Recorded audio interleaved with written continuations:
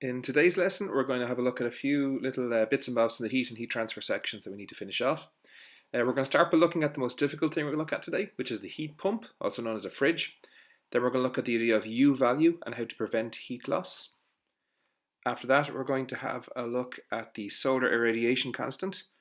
And finally, we're going to have a look at some of the details of the heat transfer experiments. All right, let's get started. We've already discussed how the internal human body temperature is 37.4, 37.5 degrees, which is a very precise kind of range, and how your body has to keep that temperature constant. One of the ways it can do that is if it gets too much heat, one of the things your body can do is it can sweat. So if you produce sweat, you put water on the surface of your skin, and that sweat is going to turn into a gas. And to do that, it's going to need heat, and it draws that heat energy, that latent heat vaporization, from your body, therefore cooling you down. So onto the fridge, or the heat pump as it's known. Now, I know you know what a fridge looks like, but there you go, there's a fridge. And before we look at how it works, another thing that you've probably seen before, this is a bicycle pump. And if you've ever used a bicycle pump to pump up a bike or a ball or anything, you'll notice that as you pump it, it gets hot. Now this is because when you compress a gas, which is what you're doing with the pump, you're squeezing the gas into a smaller volume, you raise its temperature. You can just feel the side of the pump when you pump it up and it starts to get warm. Now the opposite is also true. If you allow a gas to expand, it will cause it to reduce its temperature. The reason I mention this is partially how a fridge works as well. Alright, let's have a closer look at how a fridge operates. Okay, so let's start by thinking about what a fridge is. And a fridge is basically just a giant box in which you put stuff you want to keep cool. Okay, so usually food or medicines or whatever, but inside the box you want it to be colder than the outside. Okay, now how to do that? Well, first off, you make sure the box is well sealed. If it has a door, you've got those kind of rubber flanger on the outside to try and keep air from going in and out, so that when you do create the cool conditions inside, it's more likely to remain. Now, the problem here is, if you do succeed, which we will, if you create a low temperature inside the fridge when it's a high temperature outside, you've now kind of created a situation where heat is always going to want to go from a high temperature to a low temperature. So heat is always going to be trying to go back in and ruin all your work. So you have to constantly keep the fridge supplied with electricity for it to work, or else it gets warm. That's kind of intuitive enough as well. Okay, so how does a fridge actually work? Well, let's imagine this is our sealed box in which we want to get the heat out of there. That's why we call it a heat pump. We want to pump the heat from inside out. How do we do that? And it's not as easy as pumping a liquid. What we do is, I'm going to use, let's say, red for the pipe. We just run a pipe into the box and we join it up again as a loop. So you just have a loop of pipe that's partially inside the box and partially outside. So far, so good. Okay, but what we're going to do is we're going to manipulate the pipe. What we actually do is we make the pipe bigger inside the fridge than outside.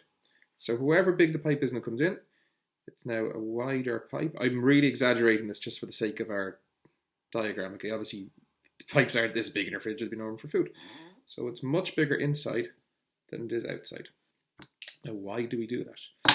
Okay, well let's start off by looking at what's going to go into our pipe. So into our pipe we're going to put some coolant. I'm going to represent these as just blue dots. So this is the coolant. This is going to do the job of cooling down, taking the heat from the inside of the fridge outside. So we want the coolant to have two properties. The first thing is we want it to have a low boiling point.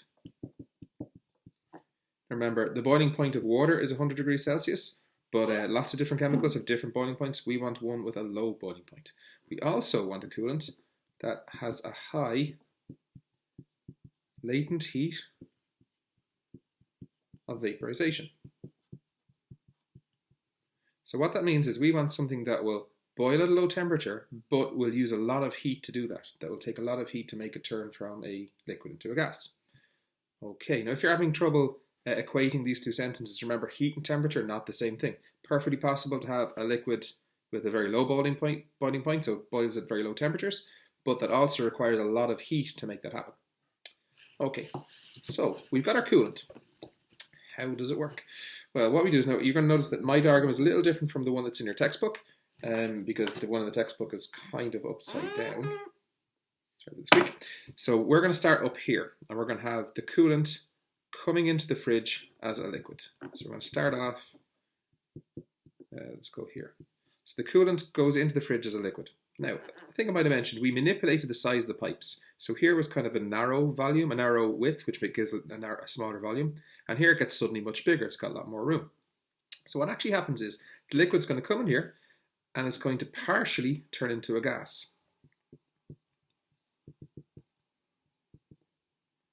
Partially a gas. So still mostly liquid, but some of it will turn into a gas because of the sudden drop in pressure.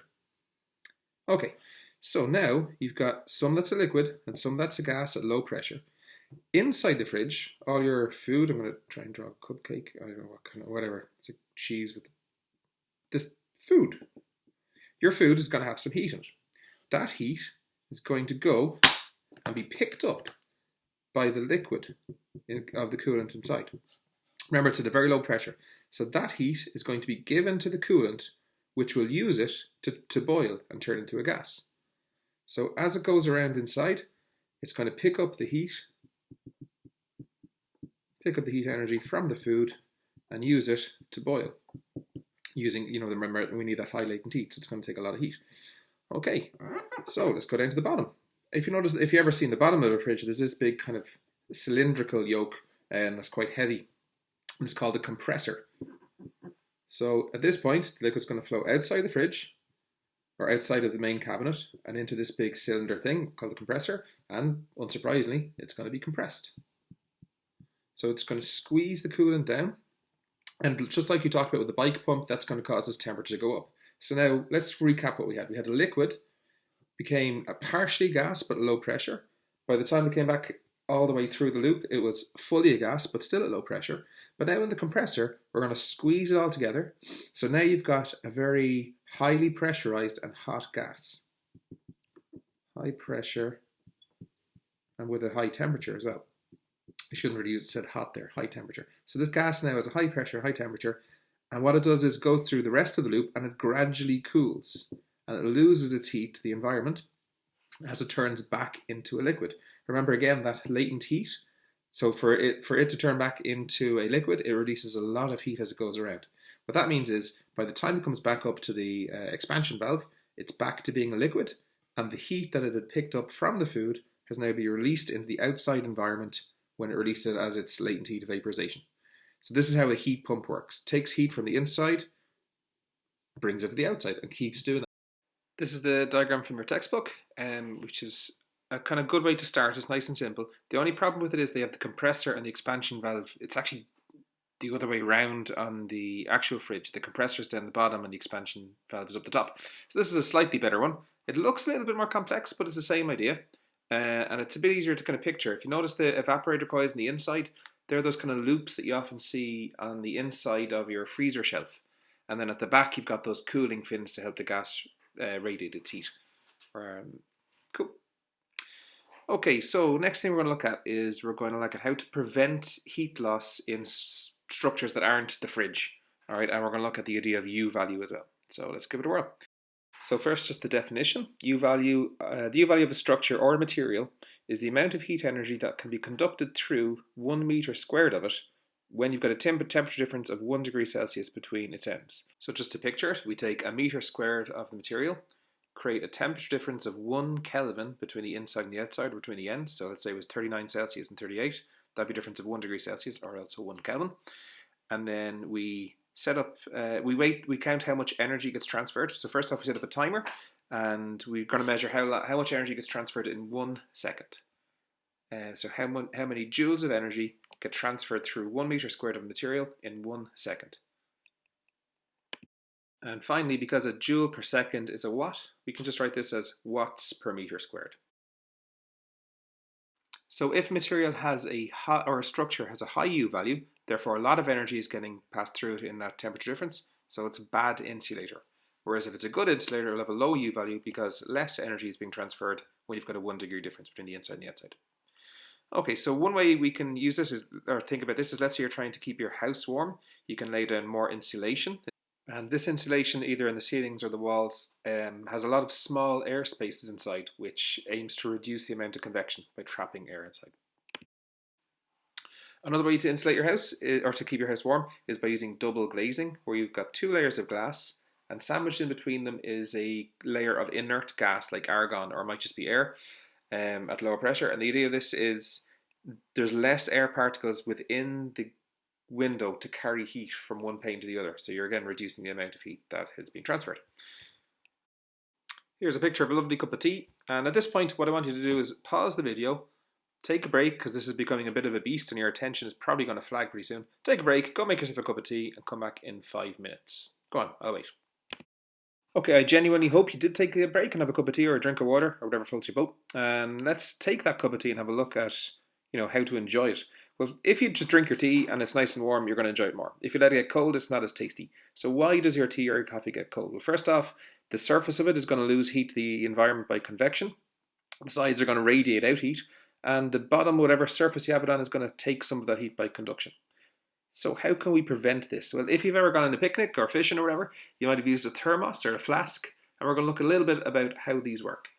So first off, the biggest thing about them, the most obvious thing, is they're shiny. And if you can remember, shiny materials are very bad at absorbing radiation, but they're very good at reflecting it. So if you've got those shiny surfaces inside the flask and outside, it will reflect heat back in. The hot drink inside will have its heat reflected back into it. That's the first kind of feature. Let's look at it in a little bit more detail. Here we've got a side view, like a cutaway through a thermos, so what it looks like on the inside. So first off, up the top, you've got a kind of very tightly threaded cap that prevents air from coming in and out and helps you to avoid losing heat by convection. But the big thing here is you've actually got a layer within a layer with these thermoses. So your inside one with its shiny silver surfaces is surrounded by the outer part of a thermos. And in between the two, you've got a vacuum so that there's no air particles inside, or very little, so they're very hard for them to conduct heat across. So this is the main kind of feature of a thermos and how it works. Let's again just look at a slightly better diagram than that. And the only difference here is it shows the bits of cork that kind of keep the two hulls of the thermos separate. So you've got shiny surfaces to help radiation, to prevent radiation. You've got a tightly stoppered top to prevent convection, and you've got that vacuum in between to stop conduction. So you're trying to defeat heat transfer in all three ways. Next, we're going to have a look at the solar radiation constant. Now, what this tells you is just how much of the sun's energy reaches the Earth. In a nutshell, that's it. So just to recap, the sun is this massive nuclear furnace of fusion and fission, pumping out crazy amounts of heat. That's the size of the Earth shown next to it for comparison. It's a solar flare. But obviously, we're much further away than this diagram represents either, or else we'd all be dead. But the amount of heat that the sun puts out is crazy. So the solar radiation constant, we need to make this relevant to Earth. What that tells you is if you took 1 meter squared of the atmosphere of the Earth, how much heat energy does it get from the sun? So just like before, it's going to be in watts per meter squared, and it works out at about 1.35 kilowatts for every meter squared. Nice little brief section for you there after earlier. Okay, now finally today, we're going to have a look at some of the experiments to do with heat and how we measure some of the calculations that we worked on before. Now, first off, I'm going to very briefly look at these experiments. I would like you to pay much more attention to them in your experiment book. Look through the methods, make sure you're familiar with them, and also some of the sources of error. But just to kind of picture how we get these calculations. Well, first off, anytime we mention a calorimeter, this is what one looks like. A simple copper calorimeter is just like a copper flask. Now, there's two other things we need to think about. That little metal loop there that comes from the lid, that's a heating element. If I hook that up to a power source, the electricity will warm up the metal, and you can therefore give heat into the copper calorimeter. The other thing is, on this diagram, it's a bit clearer. If you look at the middle fella there, there's some insulation on the inside, so you've got like two layers. The smaller one slots into the bigger one, and then the lid goes on top. So the insulation is to try and prevent any heat loss by conduction, so that you can be a bit more accurate in your measurements. And then you just drop a thermometer in on the top.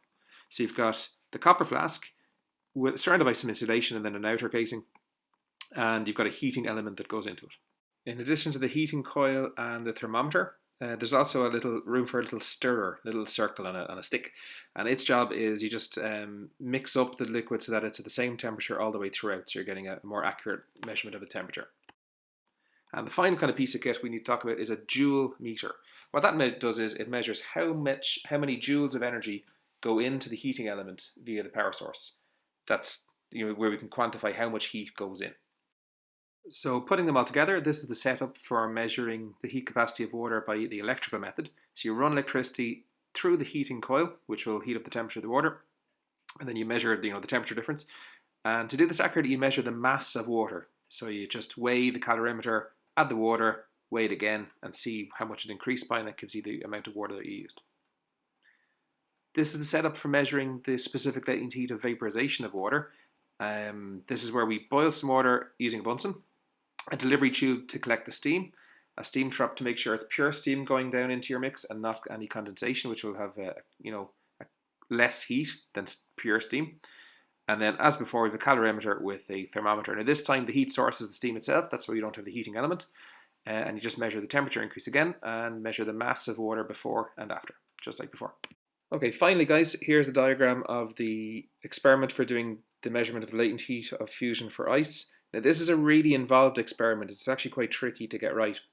So I'd like you to just read through that section of your experiment book. It'll take me far too long to go through in this video. We'll come back to it at a later date, but I'd like you just to read through that one.